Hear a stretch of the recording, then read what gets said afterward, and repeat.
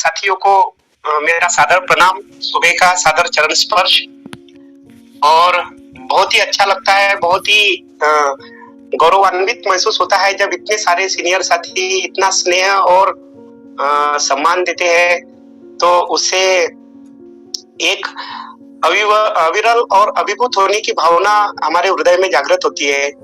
और सुबह सुबह इस तरीके के आशीर्वाद मिलने की वजह है कि जिंदगी में और भी कुछ हटके और कुछ बड़ा करने की प्रेरणा मिलती है। बहुत बहुत हृदय से आभार। मैं अपनी बात शुरू करता हूं कुछ लाइनों से। जंगल जंगल ढूंढ रहा है मृग अपनी ही कस्तूरी को। एक कस्तूरी मृग होता है, उसकी नाभि में एक कस्तूरी सुगंधित पदार्थ होता है और उसको खुशबू आती है, वो ढूंढते रहता है कि ये खुशबू कहां से आ रही ढूंढते रहता है।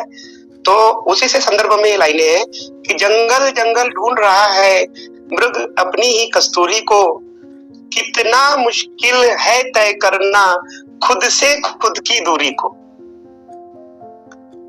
ये बिजनेस ये दो लाइनों में समाया हुआ है। अगर आप केवल और केवल अपने आप पे केंद्रित होकर आत्मचिंतन करके एक दृढ़ निश्चय करके ये तय कर ले कि मुझे इस व्यापार को करना है, हर हाल में करना है, हर काल में करना है, हर परिस्थिति में करना है, तो दुनिया की कोई भी ताकत आपको आगे जाने से रोक नहीं सकती है। ज्यादातर लोग क्या सोचते हैं कि मेरा अपलाइन आके करेंगे। यस, अपलाइन ऑफकोर्स आपके लिए एक बहुत बड़ा सपोर्ट है और उनके उपकार को कभी भी भुलाया नहीं जा सकता।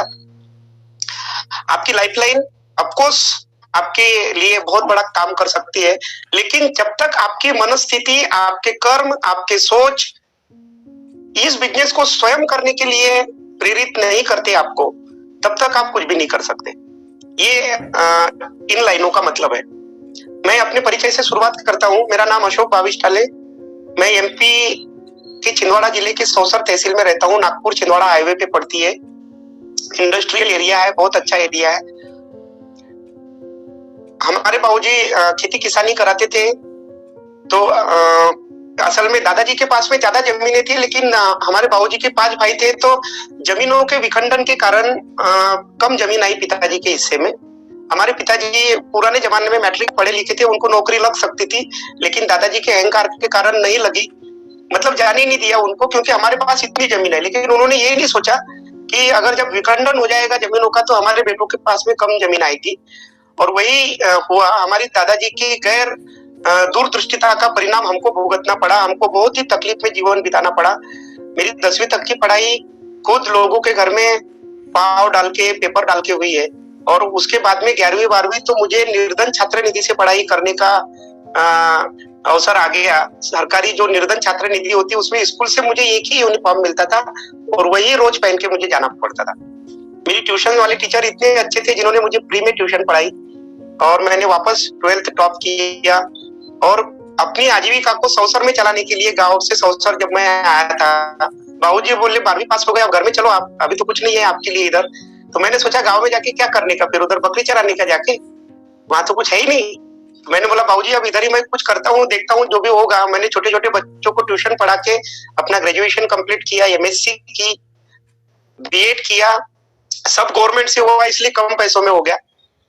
और मैं BSc सागर यूनिवर्सिटी सेकंड टॉपर हूँ पूरी यूनिवर्सिटी में। और MSc भी 92.6% है मैथमेटिक्स, तो वहां पे भी मेरा अच्छा रहा। और इसी की वजह रही कि मुझे बहुत ही बिना मांगे 27 ऑर्डर आए थे पहली बार में। तो मैंने मेरी पोस्टिंग हो गई, मेरे डिस्ट्रिक्ट में मेरी पोस्टिंग हो गई और ड्यूटी चालू थी। उसी समय चलते चलते ये बिजनेस मेरी राह में आया और मुझे भी ऐसा लगा कि ये भी किसी और अन्य बिजनेस की तरह, this business will also vanish one day. ये भी एक दिन भाग जाएगा। ये सब इस तरीके के काम फालतू होते हैं।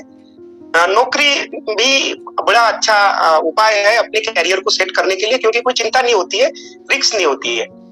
मैंने शुरुआत में नहीं किया इस बिजनेस को, लेकिन जब मुझे बताया गया कि आप सतीश पंडित जी की कैसेट सुनिए, किसी सेमिनार में लेके गए, तो जो उत्प्रेरक की बात मैं कर रहा था, वो उत्प्रेरणा मेरे अंदर जागृत हुई। पंडित जी को सुना, आदरणीय BC छाबड़ा जी को सुना, TC सर के कुछ भीलवाड़ा जाके उनसे मुलाकात करने का मौका मिला, तो हम इस बिजनेस को सीरियसली करने लगे। और ऐसा किए कि मेरी एक प्रॉब्लम है कि मुझे साइकिल, मोटरसाइकिल बराबर चलानी आती नहीं, क्योंकि मिली ही नहीं, बचपन से तो कभी सीखी ही नहीं।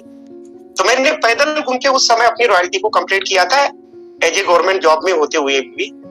और सरकार हमको कम पगार देती थी, रॉयल्टी का ऐसा अच्छा खासा पैसा आया, तो हमने बोला कि अभी छोड़ देते हैं नौकरी को।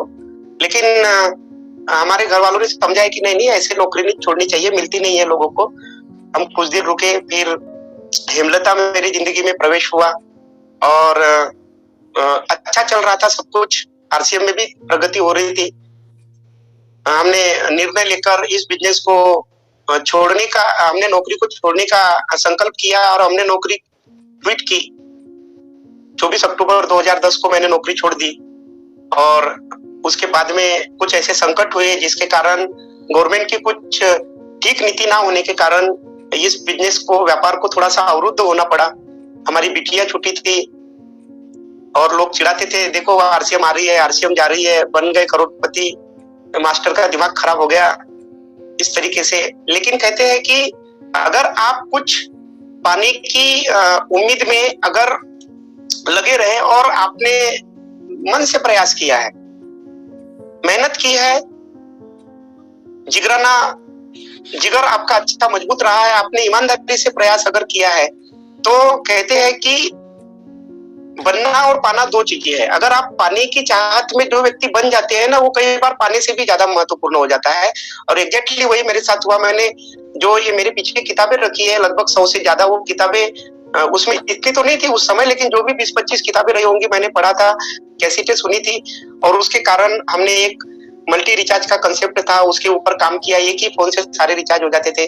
मैं उसका डिस्ट्रीब्यूटर बना, स्टेट डिस्ट्रीब्यूटर बना, धीरे धीरे व्यापार बढ़ा। मैंने खुद का सर्वर डाला और स्थिति, क्योंकि हमारे अपलाइन सीरीज में सारे लोग गायब हो गए थे, तो हमको कुछ मालूम ही नहीं आरसीएम में क्या चल रहा है। पहले तो रोजी रोटी का संकट था, उसको पूरा करते हुए वापस से अपना पूरा एम्पायर खड़ा कर लिया। 3000 स्क्वायर फीट का घर, हमारी ये अभी जो मेरे पास गाड़ी है, ये मेरी तीसरी गाड़ी है। पहली मैंने आरसीएम में रहते हुए अल्टो एलेक्साई खरीदी थी, उसके बाद K10। अभी मैं फुल्ली लोडेड गाड़ी से चलता हूँ, जेस्ट से। तो वो ये मेरी तीसरी गाड़ी है, वो भी हमने खरीद ली। टावर हमारे एयरटेल के है, आजू बाजू और भी कई इलाकों में ऑनलाइन के 75 से ज्यादा काम है। उसके बाद में मुझे वापस, कहते हैं ना कि अगर आपने किसी चीज को शिद्दत से चाहा है तो उसको पाने का मौका जरूर आपको मिलता है। तो मुझे वापस मौका मिला इस व्यापार में आने का, और आदरणीय बेग सर ने मुझे इस व्यापार में वापस से प्रवेश दिलाने का प्रयास किया। मैंने राजेश टैगोर जी को सुना और मैं इंतजार कर रहा था कि कुछ अच्छा हो जाए। तो जब 2016 में गाइडलाइन आई, तो मुझे लगा यार गाइडलाइन है, फिर कुछ उल्टा सीधा हो गया तो कैसे होगा, कोई मार्गदर्शन देने वाला तो था नहीं। इसलिए हमने क्या किए कि इस पूरे व्यापार को समझने के लिए प्रयास शुरू किया वापस से। और उन गाइडलाइन का अध्ययन करने के बाद में मेरे व्यापार में सबसे ज्यादा तेज गति तब आई जब मुझे वापस भीलवाड़ा ले जाया गया, जो 17-18 फरवरी 2019 में एकेडमी हुई थी। और मैं अभी कल मेरे दूसरे व्यापार की तीसरी एनिवर्सरी सेलिब्रेट करूंगा। 3 साल मुझे पूरे हो जाएंगे, 36 महीने। तो हमने वहां गए, वहां से सब कुछ देख के आया। वाला कंपनी जहाँ गड्ढे खुदे हुए देख के आए थे, वहां तो इतनी बड़ी कंपनी खड़ी है। और फिर एक चमत्कार हुआ कि 9 अगस्त 2019 को कंज्यूमर प्रोटेक्शन एक्ट में पहली बार डायरेक्ट सेलिंग का नाम आ गया। तो हमको ये पता चल गया कि सरकार इसके बारे में सीरियस हो गई, और वहां से हमने व्यापार करना शुरू किया।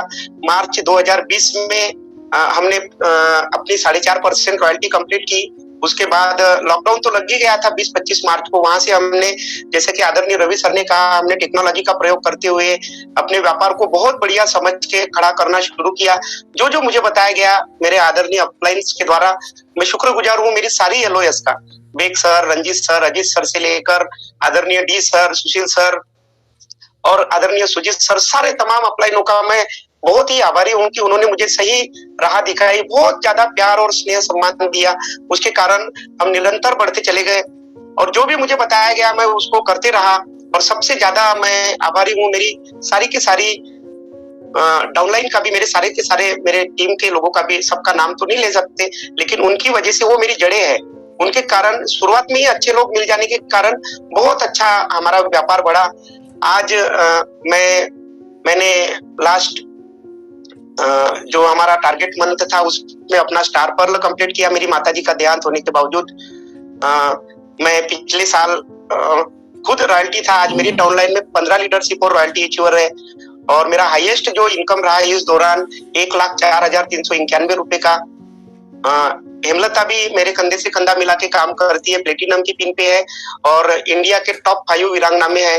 65,000 का उनका इंडिविजुअल चेक है, क्योंकि हम दोनों पति पत्नी सेलिंग पे बहुत ज्यादा विश्वास रखते हैं। ये देखिए जिग जिगलर, ऑग मेंडिनो, सेलिंग 101, आपके अवचेतन मन की शक्ति, सफल सेलिंग का मनोविज्ञान, मैं सेलिंग में सफलता से असफलता तक कैसे पहुंचा, और नेल रेकम स्पिन सेलिंग। ये तमाम चीजों पे बहुत ही बृहद अध्ययन करके और हमने उसकी बारीकियों को समझ के काम करना शुरू किया और हेमलता भी टॉप 5 में पहुंच गई है और बहुत अच्छा सेलिंग का माहौल है। उसके कारण आपको इनिशियल स्टेज में जिंदा रहने के लिए पैसा आता है। अगर आप फुल टाइम में अगर आरसीएम को करना चाहते हैं तो ये हमने प्रयास किया और उसके बाद हम धीरे धीरे बढ़ते रहे दोनों पति पत्नी। आज सबसे ज्यादा मैं अभिभूत हूँ इस टीम की खासियत। मैंने देखा है, मैंने पहले दूसरी टीम में काम किया पार्ट 1 में, एक से एक साथी, आदरणीय एसपी वर्मा सर का इतना प्यार मिलता है, आदरणीय राजकुमार सर इतना स्नेह देते हैं, पांडे सर, गुप्ता सर, पूजा दीदी, महानंद सर, जितने भी साथी, रवि सर, आनंद सर, सब लोग, ऐसा लगता ही नहीं है कि हम किसी दूसरी टीम के पार्ट है। आप सभी लोगों का भी बहुत बहुत आभार। मुझे कहीं से कहीं तक अनुभूति नहीं होती। आदरणीय अनिल सर बहुत ही प्रेम से बातचीत करते हैं, अपना आशीर्वाद देते हैं। ज्ञानेश्वर जी हमारे परम मित्र बन गए हैं। तो बहुत ही मुझे आनंद आ रहा है, बहुत ही इस आनंद यात्रा में आगे बढ़ने में खुशी हो रही है। मेरा यही कहना है कि जो भी आपको बताया जाता है, जो भी सिस्टम है, देखिए हम सिस्टम के ऊपर नहीं जा सकते। अगर आप नागपुर से दिल्ली जाना चाहते हैं तो साधन तो कई है, साइकिल से भी जा सकते हैं, पैदल भी, मोटरसाइकिल से, ट्रेन से भी जा सकते हैं, अपना खुद का चॉपर भी कर सकते हैं, चार्टेड प्लेन या जो रूटीन फ्लाइट चलती है उससे भी जा सकते हैं। आप जितना बढ़िया साधन प्रयोग करेंगे, एक बार आप एयरपोर्ट पे जाके फ्लाइट पे बैठ गए तो आप वहां बोलेंगे कि मैं नहीं जाना चाहता दिल्ली, तब भी जाना पड़ेगा। तो आप अपने आप को खाली सिस्टम में रखिए, बाकी का काम सिस्टम करता है। मैं आपको सिस्टम के बारे में बताऊं, ये पोस्ट आई थी टेक्निकल ग्रुप में कि ये किताब खरीदिए। अब मुझे नहीं मालूम सुजीत सर ने क्या बताया, क्योंकि मैं उस मीट में था नहीं।